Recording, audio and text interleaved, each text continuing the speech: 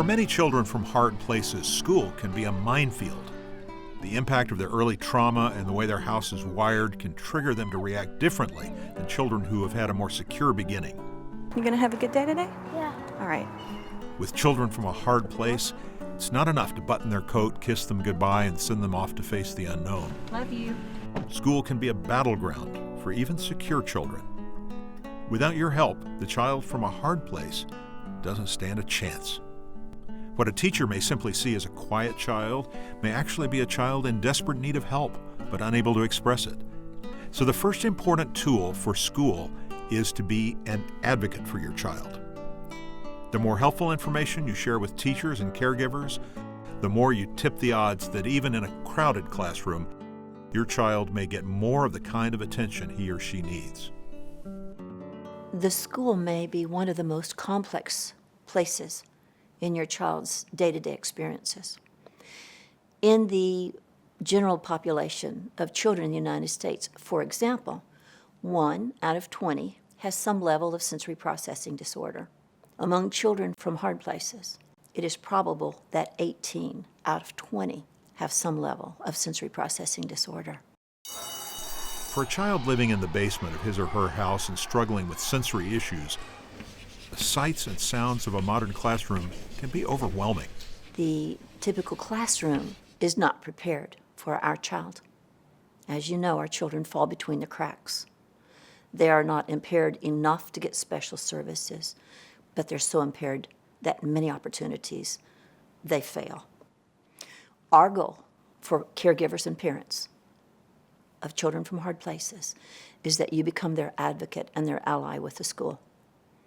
Be proactive. If you have a sensory processing evaluation, take it to the teacher and say, here are 3 things that we're doing at home.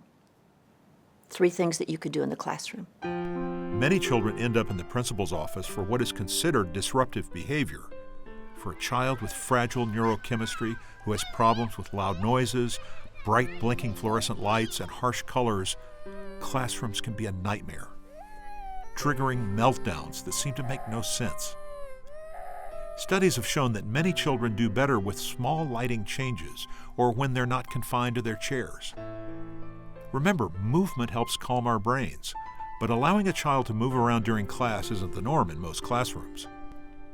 Being proactive and bringing the school into your circle of advocacy can help make the transition from home to school less stressful for everyone. If you have a teacher who's willing to embrace some new perspectives, you may take a reference book about sensory processing and my son or daughter's profile. Because of this issue in my child's development, we actually know he learns quite well if he can stand. Or we have a wiggle seat. We know that if he can wiggle, he gets that deep input, sensory input that he needs to learn. Don't overwhelm your teacher, but take 3 things, small things, and then when she's absorbed those, take 3 more. We recommend that people take the chapter of our book on fear. It's the heart of everything that we do. It's a free downloadable on our website. Show that teacher how to turn the lights on in your child's house. Show that teacher how to help your child learn. And exactly like at home, nutrition is critical. We ask caregivers to provide a nourishing snack every 2 hours. Breakfast and then mid-morning a nourishing snack. You may have to get permission of your school, of the principal.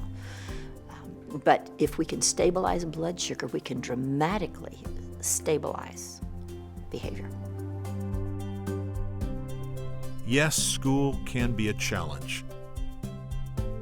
The more targeted information you share with teachers, caregivers, administrators, and coaches, the greater the chance your child will succeed and flourish in a school environment.